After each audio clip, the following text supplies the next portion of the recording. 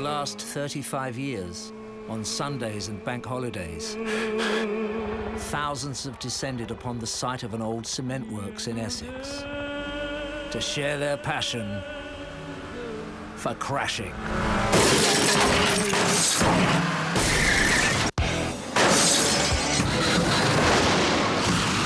Banger racing.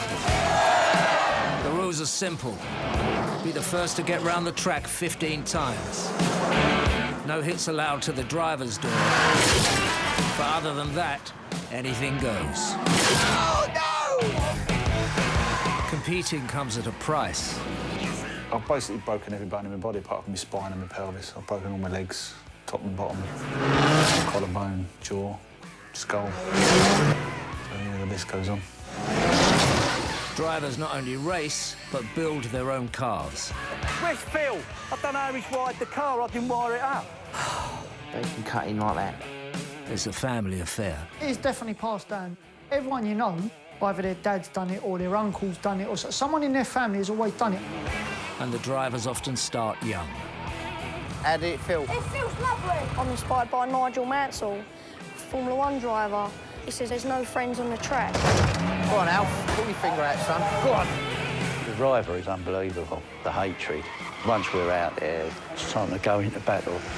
This is going to be a day none of us will ever forget.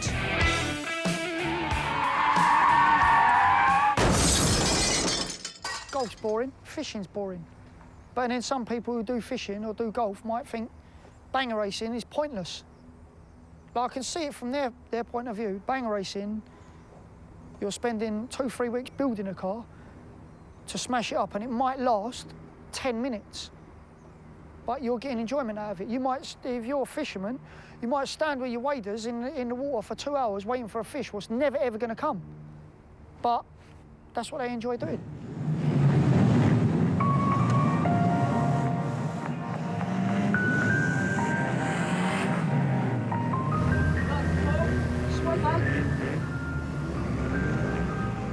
Paul Corpiella and his brother Ricky are well-known faces at Arena Essex. They've been coming down to the track since they were kids and competing since they were teenagers. There goes the green flag. We are racing into turn number 1. 2-4-1. Paul Corpiella takes the lead. In bangers, there are two types of competitor. The rodders, who come to win the race, and the wreckers, who everyone else comes to see. Either you win or you crash. You're either a winner or you're a crasher. And that's it. And what are you? I'd like to think I'm a crasher.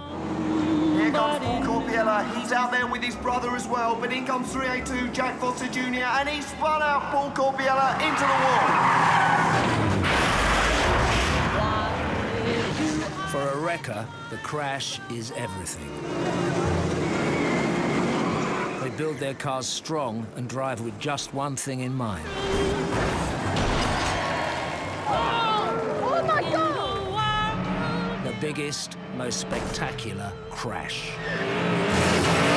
Look at the Corpiella brothers out there doing what they do best. Wreckers through and through, and don't they entertain us, folks? The Corpiellas always put on a show, and they really do entertain the crowd. Spice it up, entertain people. That is what people want to see. Come on, inside, inside!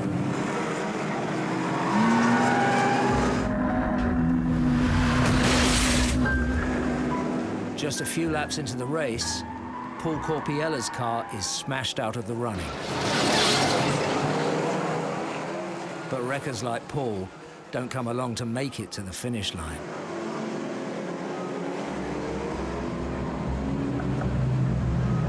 Spot on. Everything about it was perfect. That was good. That was good. How many laps did you do? I think I only done about 5. That was good. That was good.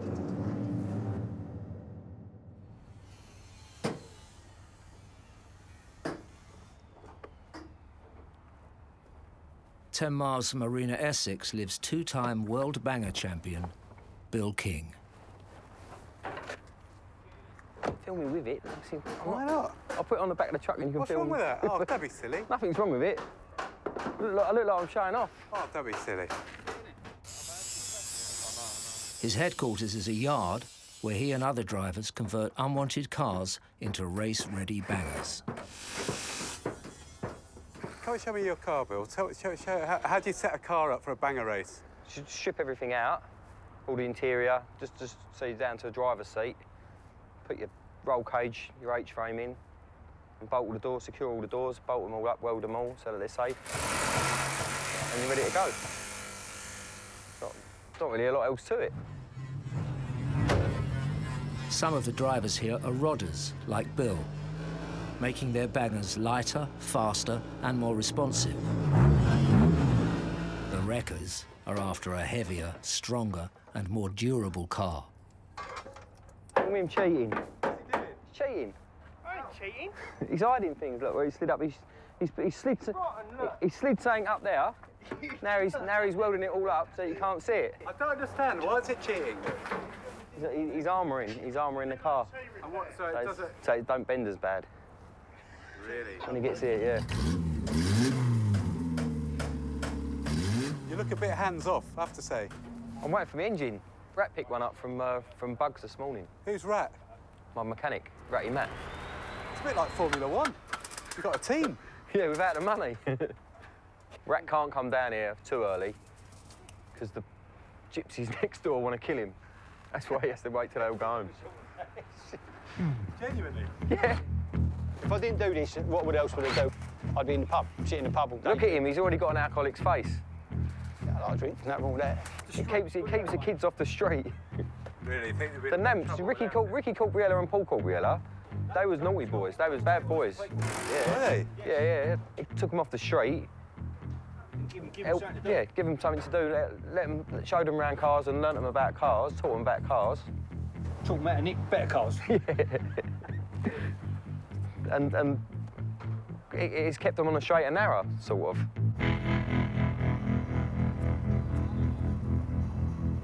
My life. Look at that, that is them bollocks, man. You'll be driving down the road and the car will catch your eye. Even though it'd be good for racing and you know you're never going to get that car, you're still going to look at it. It's like looking at an absolutely fit bird, isn't it? You know you're never going to get nowhere with her, but you can still look. Paul and Ricky Corbiella work as scrap merchants in South London. Although they both like to race, it's Paul's fascination with crashing that's drawn him to enter one of the biggest banger meetings of the year. Today he's brought Ricky to pick up the car he'll be competing in, a rare American Pontiac. What's this car for, then? Firecracker. This is a big, like an unlimited, where it's an unlimited, there's no limit to what you're allowed to use.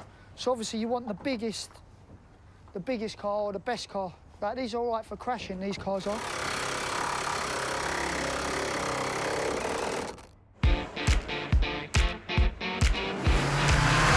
For more than 20 years, the Firecracker race meeting has provided some of the most exciting moments in Arena Essex's history. It's the only race in the banger calendar that is unlimited. You can race any car with no restriction on weight or size.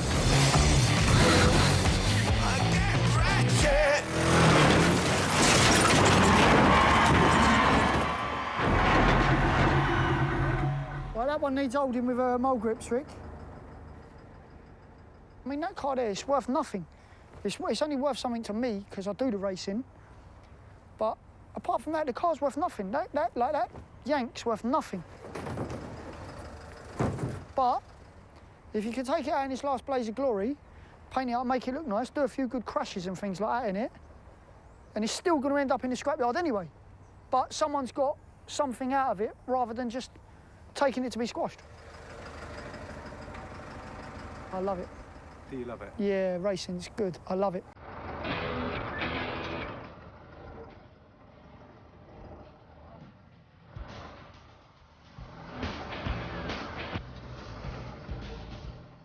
never had hobbies, what would we do? What would we do with our life? What would you do? I want to know. I want to know. I won't be doing fishing or golf. Let me just help Rick load this up. I won't be doing fishing or golf, I know that. I can't even stand crazy golf. I think it's boring.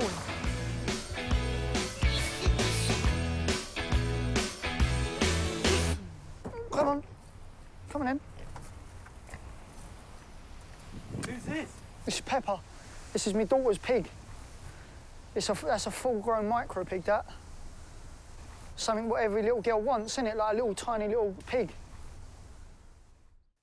Paul was taught how to build and crash bangers by his dad, Steve. That's my dad there, and that's my uncle. He had a brain tumour, what he obviously never knew it was there. They cut it out and he was never right after that, so and obviously, like, we lost him 2 years ago now. Like, everyone you know, either their dad's done it or their uncle's done it, or someone in their family has always done it. I don't know... Well, it's been a friend. Yeah, I don't know someone who's just one day woke up and thought, I'd like to have a go at that. Like, no one. No one. Tommy, do you want me to show you the Daddy's best ever crash on the video? On the DVD, yeah? Yeah? Yeah? I can't remember what firecracker it was. It was when the limousine went right up in the air, like, and they put it down as crash of the century. To get that car on the tarmac. In 2004, driving a converted Lincoln limousine with a 4.2-litre Jaguar engine, Paul made firecracker history. Here's Luke Ledley in 356. Dirk Adenauer picks up James Perry. He picks up Paul Corpiola. There it goes, look. Ready, watch, look.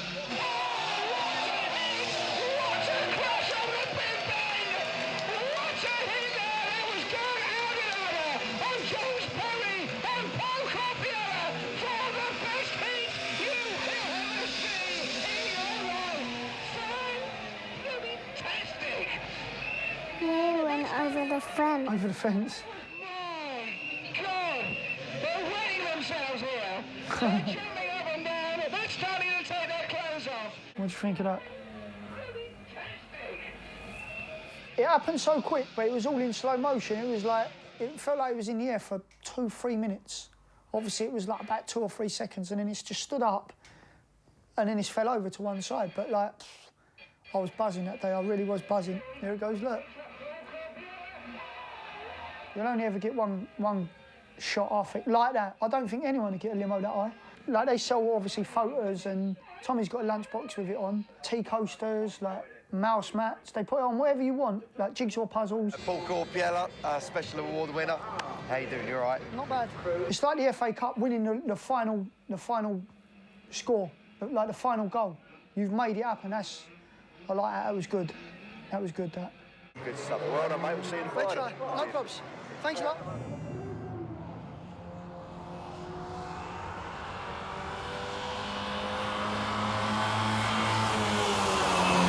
Most banger races at Arena Essex start in one of the junior divisions. In the Mini Stocks League, kids as young as 11 can get behind the wheel of a race-modified Mini capable of speeds up to 55 miles an hour. I'm telling him to push himself. He's not pushing himself at the moment. So I told him to do a few laps just to warm the car up a bit. Now he can start pushing it, basically. I'm giving him the go. What do you mean pushing it? Get more aggressive? Yeah, more aggressive. Brake later for the bends, as if he's in an actual race. He's still got to get right out to that fence so he can swoop into the bend more.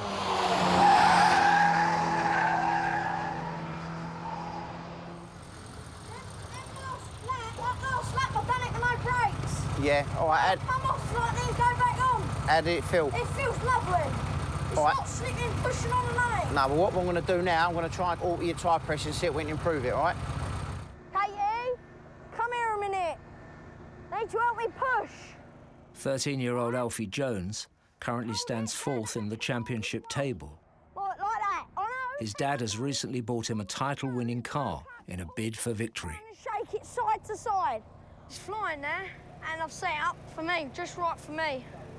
Because you find when you buy cars off of other people, it's not right set up to you. You've got to set it up to you, the driver. Because my driving's different to Brandon Osborne's, and Brandon Osborne's could be different to Stephen Gilbert's.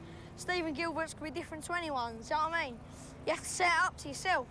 If that was at 31, we drive up to 26. We've took off £7, haven't we? Yeah, go back to £6. Go to 26 for that. 26, yeah? This is what we normally run on your other car. Yeah? What was it? 26. So not many 13-year-olds doing this kind of thing. No, that's right. No, that's right, yeah. But he's learning as he goes. He's got to learn, so... Right, I'm ready.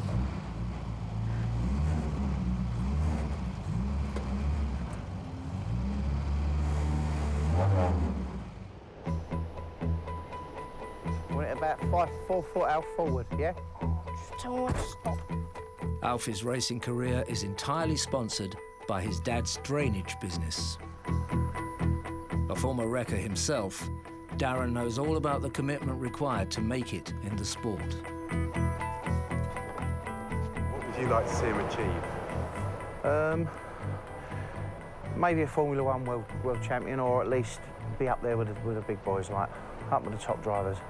But he's got to keep pushing himself. He's got to keep pushing himself harder and harder. We found from racing before, he don't push as hard.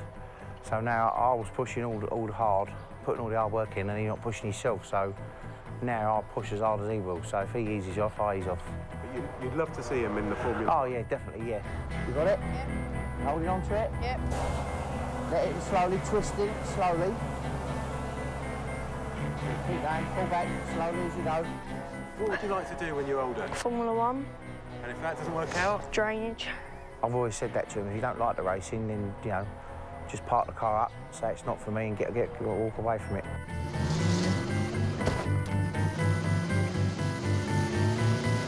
In 2 months, Alfie will chase his biggest challenge yet, the Essex Mini Stocks Championship.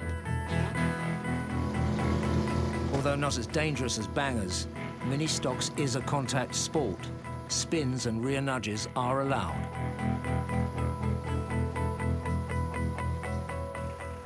All the cars must be adapted to ensure the drivers are as safe as they can be.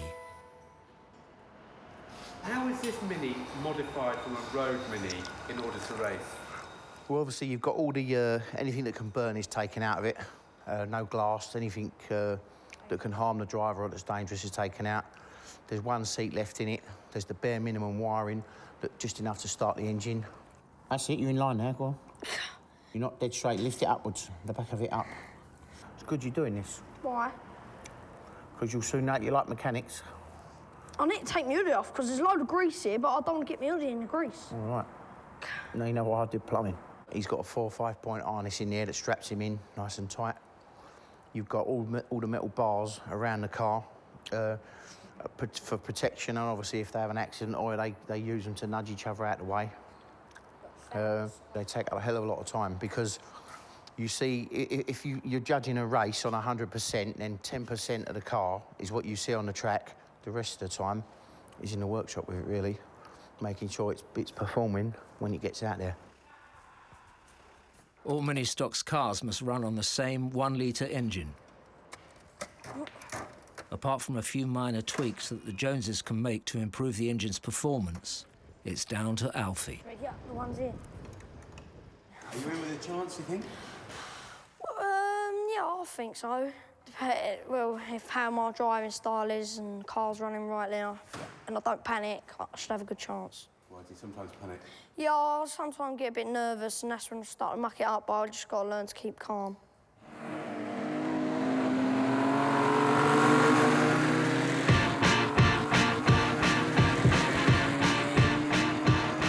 The way I look at a car, you look at a girl, a lovely figure, nice bum, legs, it just curves and it just flows nice.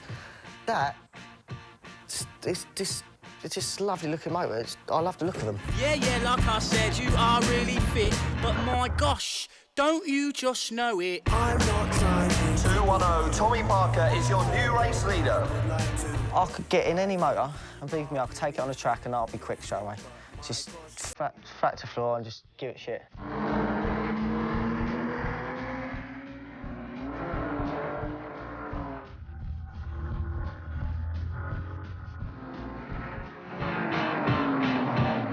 Funny, what other young lads in the country do this? Me. Let's hear it one more time for our race winner, Tommy Parker. You're fit, but you know it. Tommy Parker is one of the sport's rising stars. Shit up, mate, this is flying. He comes from a long line of banger racers, passed down from father to son. This year, his dad, Darren, is planning to end his career as a wrecker in spectacular style at Firecracker. This is a photo of my dad racing. This is probably mid-70s. No roll cages, no door plates. Just literally put a bit of foam round, put an harness on, take it out and smash it up. So it was quite scary in them days. It still is to a degree. People lose their lives, don't People they? do lose their lives, yeah. I think 3 died last year. They give you a sheet of paper so you actually sign it. That sort of sounds good. I mean, when you're younger and you sign it, you just don't worry about it. You just sign your name. You know you've got to do it to race. And as you get older, you sort of start thinking about it a bit, and it's like you're actually signing saying if you die or you're seriously injured, you take responsibility for that because you're in a dangerous motorsport. And it sort of brings it home a little bit as you get older and you start thinking, oh. I've basically broken every bone in my body apart from my spine and my pelvis. I've broken all my legs, top and bottom, knee joints, wrists, hands, collarbone, jaw, skull. So yeah, the list goes on. Darren's son, Tommy, won't be competing in Firecracker, but he's agreed to help his dad get ready for the big race. He reckons this is his last banger, so we'll see. I mean, I think he broke most bones in his body. He had a certain percentage of burns, and he's all skin graft and just smashed up. His knees only bent so far. Like, that's really, he shouldn't be getting a banger, really. He shouldn't be doing a Firecracker. I'm not going to let him do it in the future, and he shouldn't be doing it. If you could take it and bottle it and sell it at that impact that you have, you'd make a fortune. You can't explain it. Crashing. Crashing. It's adrenaline. It's your body. It's unbelievable. It's just so exciting. Yeah. You can't describe it. But, Did you try and describe it to Donna or to your wife? I did once actually. I made a mistake of saying that crashing a car was better than sex. Didn't go down too well, but it's true. Go fight for us. Hang on a minute, because then we'll lift the back up. Get something to lift the back up a minute. Cut the blocks, quick. Cut the 4x4s or something. Go on. I can't get past. I'm helping you out here. Oh, here we go. Him in his mouth again. Over the years, I've retired and said, that's it, I've had enough, and bits and pieces, and stop. And for financial reasons, bits and pieces, and he still sort of seemed to go back to it, but I really have got to draw a line underneath it, and this is definitely going to be the last one.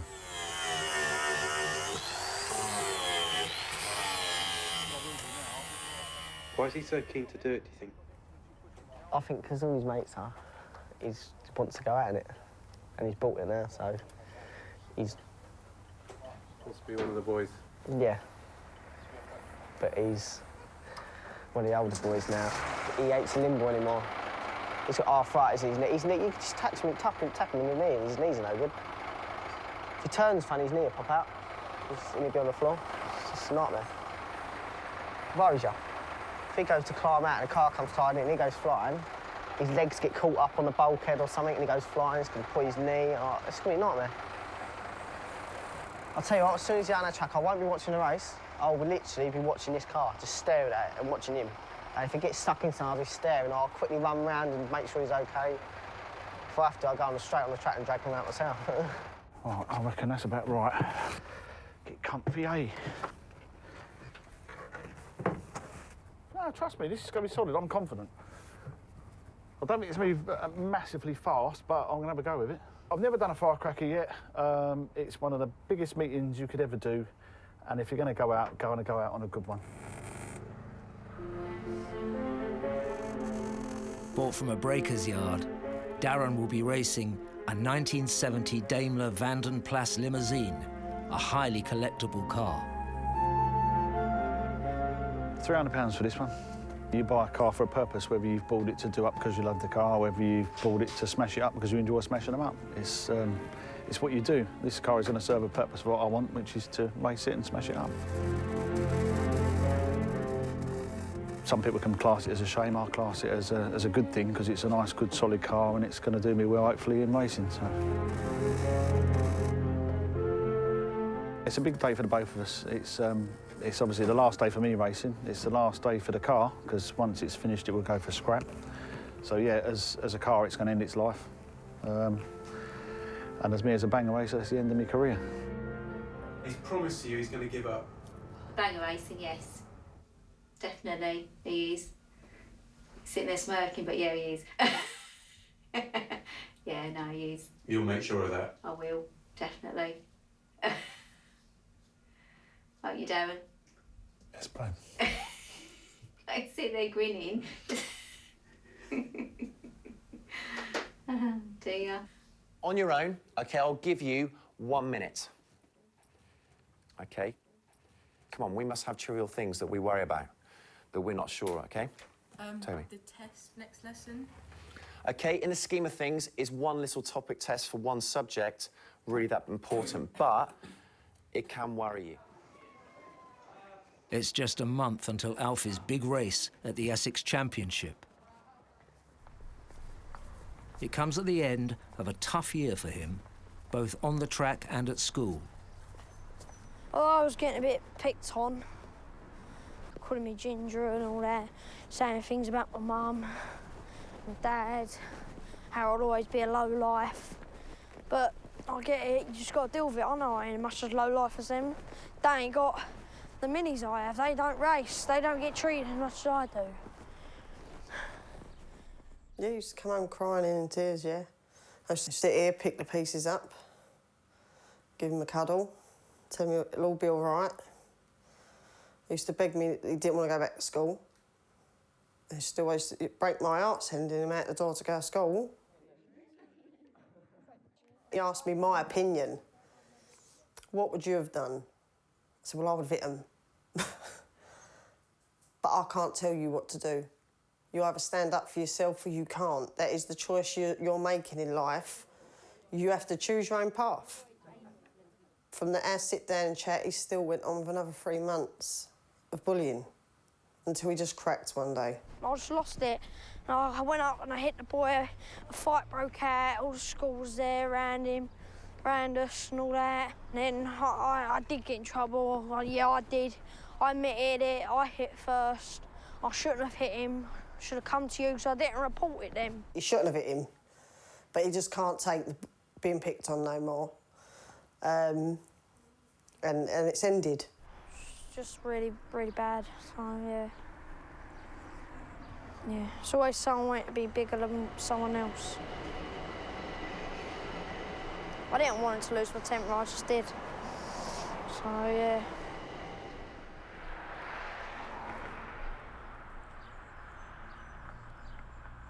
I grew up in life having to do that.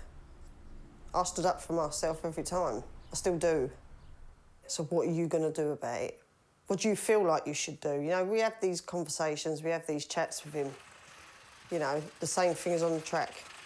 What, he's having to stick up for himself on the track as well? Yeah. Yeah. There's no friends on the track. I'm inspired by Nigel Mansell, Formula 1 driver. And I've been reading his autobiographies, and that's what he says. What does he say? He says there's no friends on the track. People I've got to not teach a lesson, but to show that I ain't going to put up with it is the Morphys, really. Alfie and his parents see brothers Will and Charlie Morphy from Suffolk as his main rivals for this championship.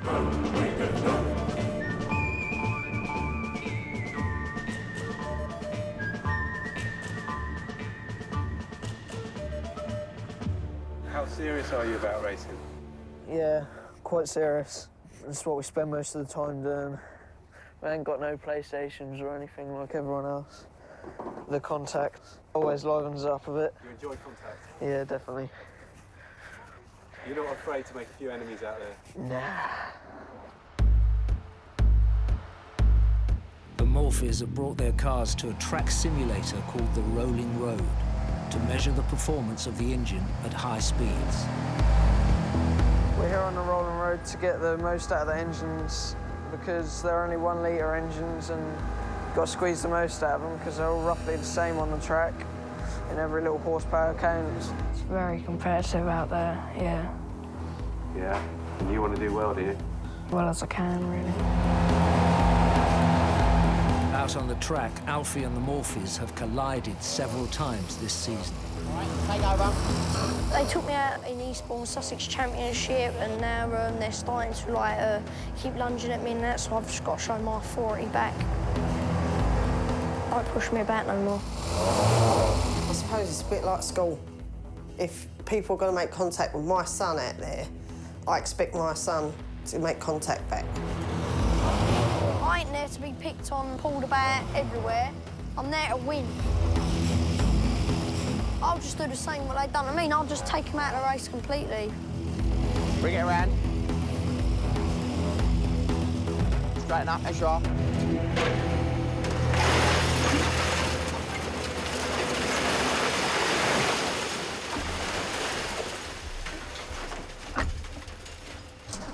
Like Alfie, Paul Corpiella started driving at an early age.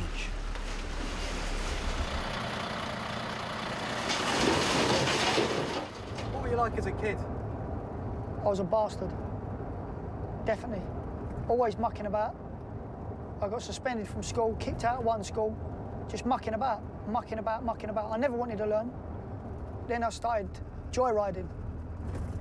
I got into a lot of joyriding. That's what kids do in this sort of area. Obviously, when they got up behind you and put the blue lights on, when you took a chase for about 10 minutes, you knew you weren't losing them, you thought. When they're starting to come from everywhere, you thought, oh, I'm fucked here. They're going to nick me. But you still get out and try and run. You're never going to get away from them. There's too many of them. Did you enjoy the chase?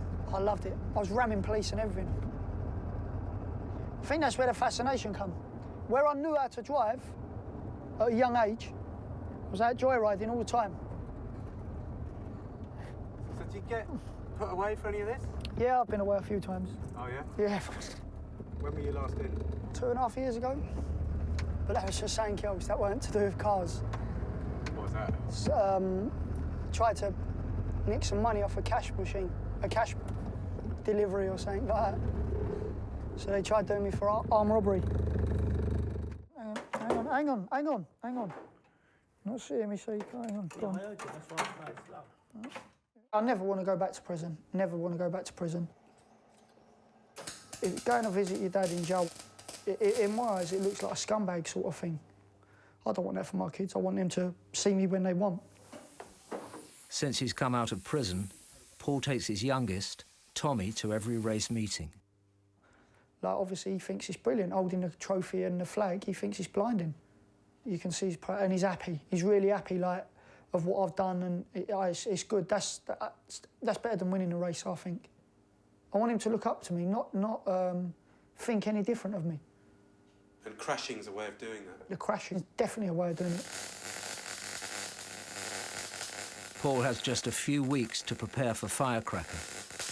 Before the final paint job, he's welding extra reinforcement into the Pontiac. Some people say it's cheating. I call it competing. Well, you get other people that they'll weld the death out the motor, and obviously where you haven't welded as much, or you haven't welded anything in your car, obviously your car is going to be the one to give, rather than their car giving because their car's so hard. As I say, some people call it cheating, I call it competing. What would be the ideal result for you out of Firecracker? What would you aim for? I'd love to get best wrecker, or best crash of the day. That'd do me. I'd be over the moon with that. Absolutely over the moon.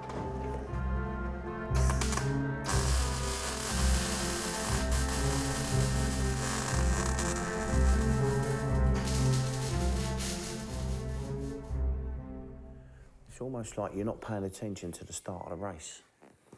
It's the night before the Essex Championships, and Darren and Alfie are analysing his racing tactics. Clutch up, he goes, no. Look, see? They're up and gone, see? I do the videos, all of the racing, come back, we download them, and then we sit down as a family and watch them. Then Darren sort of tells him where he might have gone wrong, where he could correct it, what he done right. You know, lots of praise for that. Yeah. So, yeah.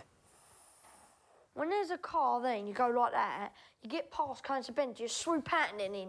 Not or do you really. just go like that? Out, just out. You don't have to Because when it's coming up to the bend, I like swoop out and in to just get that little bit faster.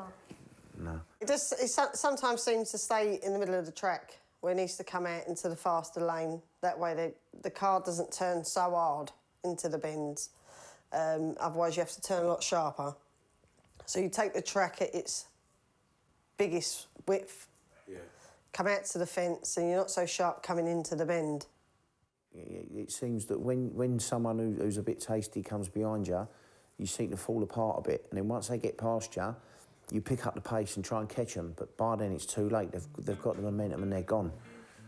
It's almost like you've got to show them a bit of authority. Slap the side of their car, stamp your authority on them, Alf, yeah? Yeah. Let them know you're there, put them under pressure, how they pressure you. Yeah. He has to stand up for himself out there, you know. There's only so much poking you can take before you poke back. This is what I'm saying to you, right? As you're coming in now, yeah? Yeah. They can cut in like that, and they're still flat out. Get back in at that end, get into like that, then push on the front of their car, and then just back with the steering wheel, yeah? Yeah? It's hard, because they're only children still at the end of the day. They are kids, and you don't want them to be bullies or nothing like that, but if people are going to do that, then they have to do it back. If you're stuck on the inside now, yeah? Keep them like that, and you can do that to them, yeah? Do you understand? Yeah. Yeah? You can even be hooked on him. You can even keep him on you like that all the way. If you're quick enough, yeah, to go into reverse, you can keep him there all the way, yeah? And then all he's going to do... I feel nervous on race days, but I think it's just natural to feel nervous. I mean, not many people, the kids get to drive cars as contacts, but you should always think positive. Sometimes it's just not for people, bang racing, and they ain't. It's just not in them. Alfie, I want to see your aggression just improve a little bit more, yeah? Yeah. You're not aggressive because you hate them. You're aggressive because you want to get past them. I want to win. It's not that it's your friend in front or you know them and you talk to them. There's no friends on the track. There's no friends on the track as such because you're all there to win. So you just push each other out of the way to win. How are you feeling now? Got some butterflies in my stomach, but confident. Good butterflies, that's good. The butterflies are the adrenaline starting to form, yeah? Yeah. There's a difference between being scared and adrenaline, Nerves, yeah? The nerves and the adrenaline, yeah? I did a race once where I physically felt sick.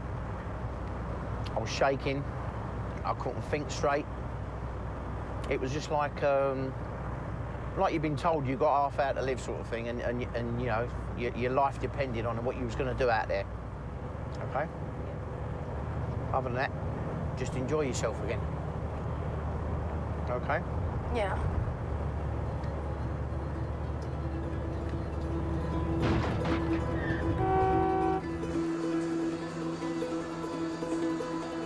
I'm feeling confident today. Are you? Yeah. Let's have a look. You've got your game face on. Yeah. Yeah, call it that, game face, yeah. Yeah? Yeah. So if one of those Morpheus gets on you, you're gonna... Yeah, I'll just give him a punt, really.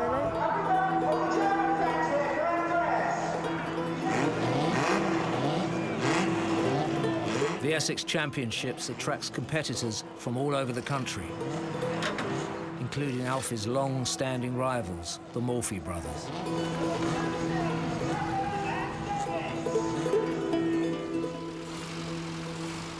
Well, I'm just going to enjoy my day. I ain't going to let the Morphy spoil it. If they want to pick on me, I'll do them back.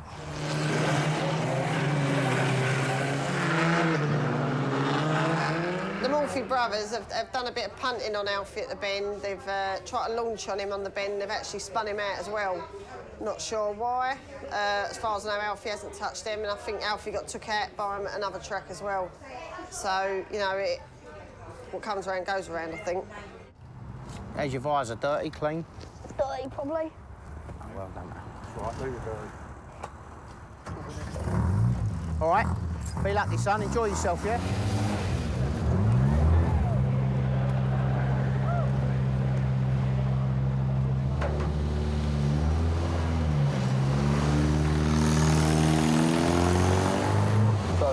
welcome to all of you out there today for the Mini Stocks Essex Championship here at Arena Essex Raceway. Alfie Jones is the next driver up, 5.52, sitting 4th in the points, 5th in Heat 1 last time out, looking good as a strong contender for today's Essex Championship final. Will Morphy next up onto the track is 5.29, 9th in the points currently, and Charlie Morphy there as well, his brother, 5.92, 11th in the points, just behind him on this season-ending race for the Mini Stocks. 20 of the country's leading child drivers go head-to-head in 1000cc classic minis.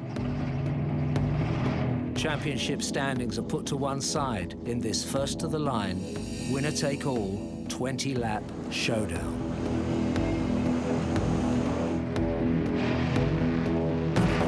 There goes the green flags. We are underway and racing into turn 1, and 517 takes the lead.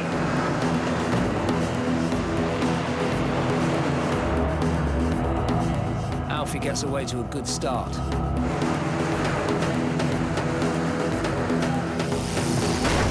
An early collision for the youngest Morphy brother allows Alfie a way past. Go on, Alf, through. Go on.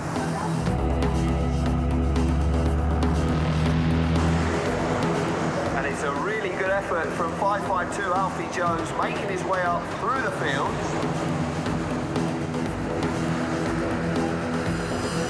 Well done, Alf. Close the door on him, Alf. He's hitting the bends lovely, coming out to the fence. He's driving perfect, actually. Just a few laps in, and Charlie Morphy makes his way back up to Alfie. Flick him, Alf. Go on, now to do him. Oh, look there, Alfie Jones, 5.52, having a right go at the Morphy brothers there. Yeah, he's doing what he's meant to do. A bit of punting going on, but that's racing. Go on, push, Alf, push. But by lap 8, Alfie finds himself up against the elder Morphy brother, Will. Take him out, Alf, as well. Spin him now. Push him. Watch him here do out here.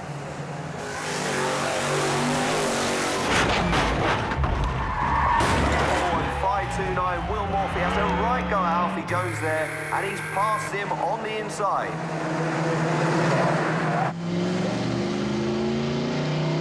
He's just slowed down a little bit, I'm not sure why.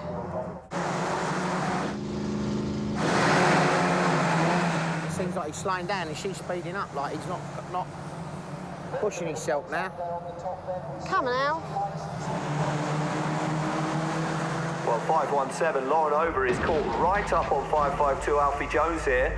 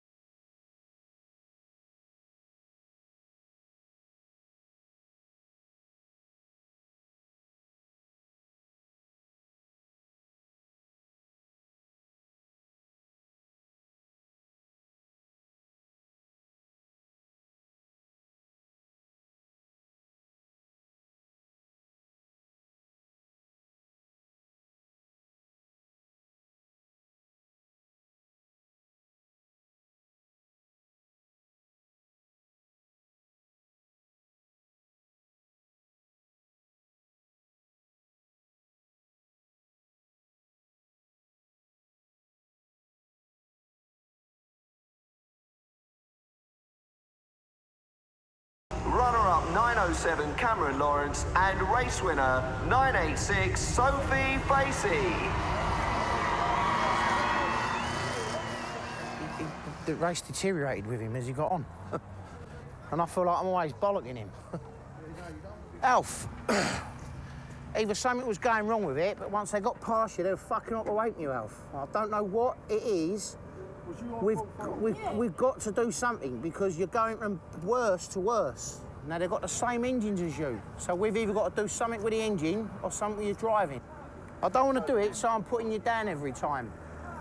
But it's just, again, we throw the engine away.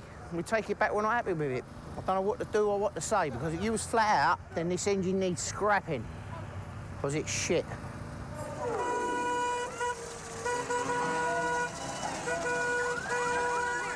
What did I get in the end? Well, I don't know. The Fifth? No, you're joking. Way back, 8th. 8th, something like that. I don't know what to say to you, apart from just take it back. I don't know.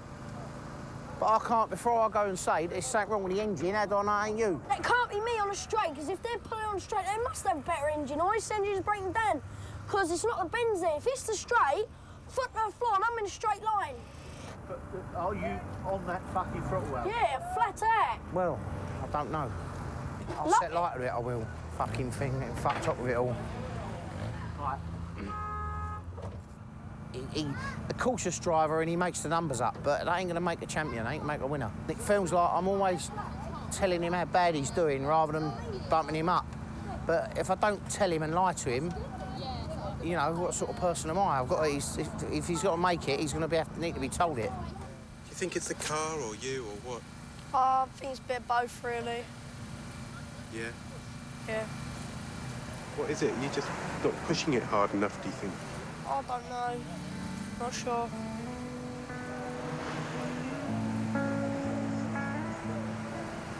I'm a bit disappointed, really. Yeah? Yeah. Sure you want to carry on? Yeah.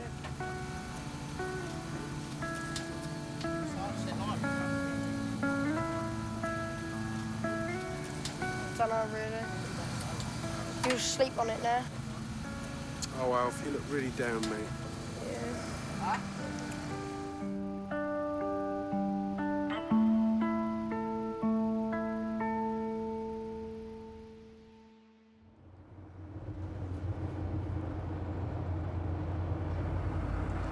You looking forward to it, Tommy? Are you going to tell me to smash into everything? No, because I don't want you to crash. You get a trophy if you don't Yeah, but I might get a trophy for crashing. Finally resprayed in the Corpiella colours, Paul's Pontiac is ready for Firecracker.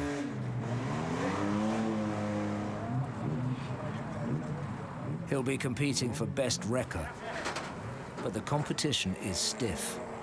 These are the biggest and heaviest bangers raced at the track all year.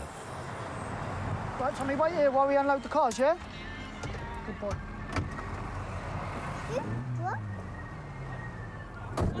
How we doing, matey? Yeah, not bad. Hoping to challenge Paul for the title of Best Wrecker is Darren Parker in his last ever race. I think he's nervous now, so I'm starting to think, oh, a bit nervous. I've just walked up there with him to get something to eat and he's definitely nervous. But he's been kind of looking at all the other cars and thinking, oh dear. Firecracker attracts rare and unusual cars. Many of them haven't been driven in years, and they're often unreliable. For Darren, this will mean racing with 2 or 3 crucial missing parts. Yeah, no, the car's, it's in a good shape. Bodywork-wise, it's strong. It's all been welded up.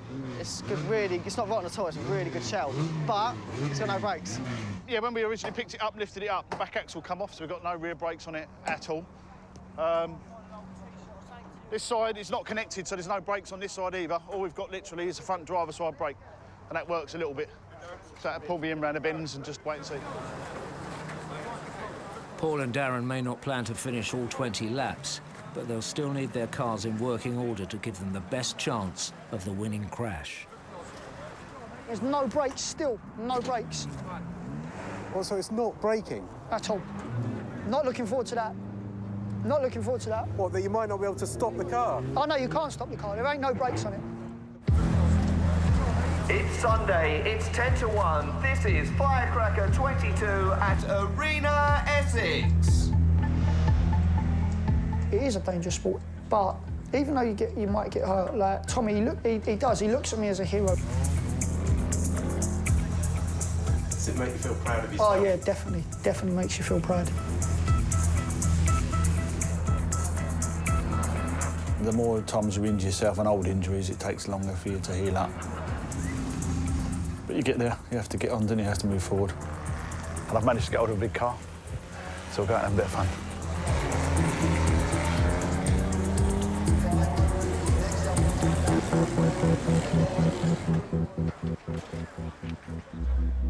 2-1-2. Next up onto the track is Darren Parker, racing in his Daimler DS limo today, 7th in the Superbanger points. He's got all his family here today supporting him. He's racing out there for the Metal Wreckers in what could be his last day of racing here at Firecracker. Do you think the old man will retire then? Yeah, he will. Yeah, he's going to, definitely. Yeah, he said that about 6 times. He's getting too old now.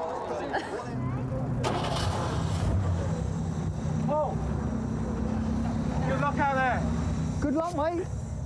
I need it. Is he in the zone, do you think? Yeah, he is.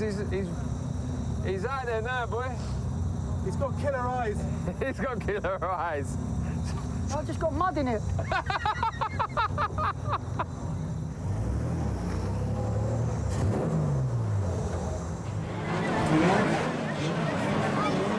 He's back up again. It's Paul Corpiello. Massive crash in his limo a few years ago. I'm sure plenty of us don't forget that one on turn number 3. Looking for the best entertainer trophy today. At the meeting, he always loves to put on a show for the fans.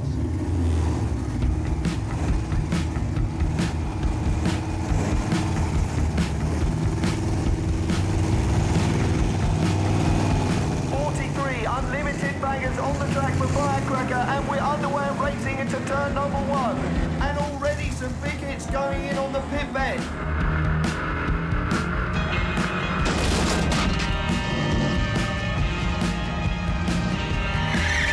2-4-1, Paul Corpiello's looking to get something going down there in his big old yank tank.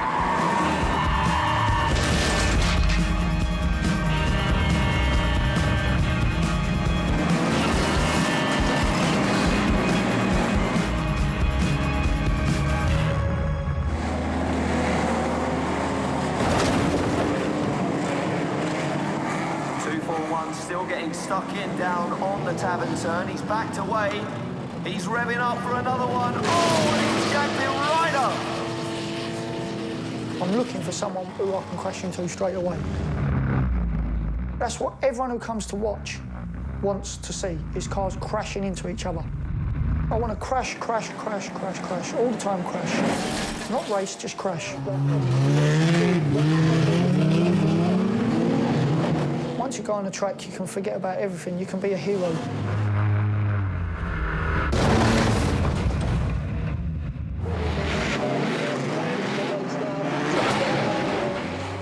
It does take a lot of courage to keep your foot down. No matter who you are, it's going to hurt. It's going to hurt you, and it's probably going to hurt them.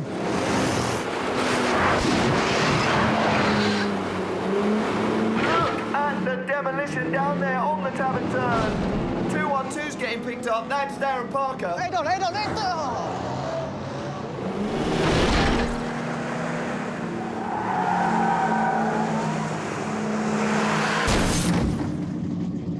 Someone just done a bed on an infield. What the fuck?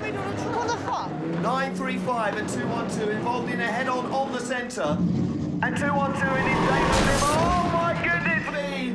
Puts it right into Sydney DePorter. Halfway down the home straight. They say every man must need protection. They say every man... Just a few minutes into his final race, and without having completed a single lap, Darren Delboy Dipper Parker signals to the marshal that he's had enough. His bid for best wrecker is over.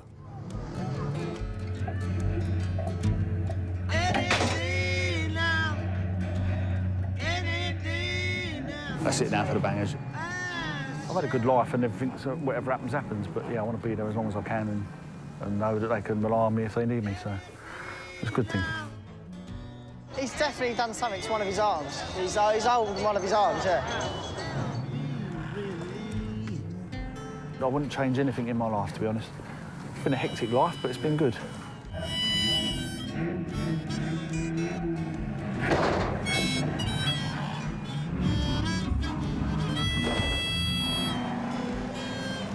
After surviving 9 major crashes and causing 4 separate drivers to retire, Paul's Pontiac finally comes to a halt.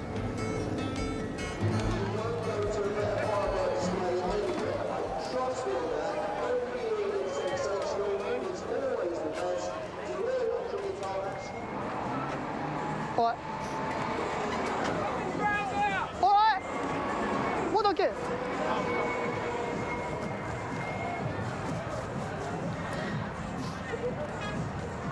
Hey, you got Paul. You won something. Best wrecker. What? Yeah, I done it finally, eh? You feel good? Yeah, brilliant. Does that make it all worth it? Yeah, let me just get Tommy. You all right, Tom? You all right? Ah. I was standing there, yeah? Is this mine? This is yours for Best Record Award. Oh, how's that? Congratulations. Thank you.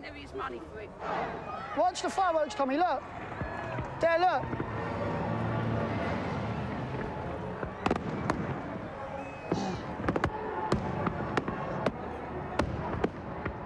What do you think of them, Tom?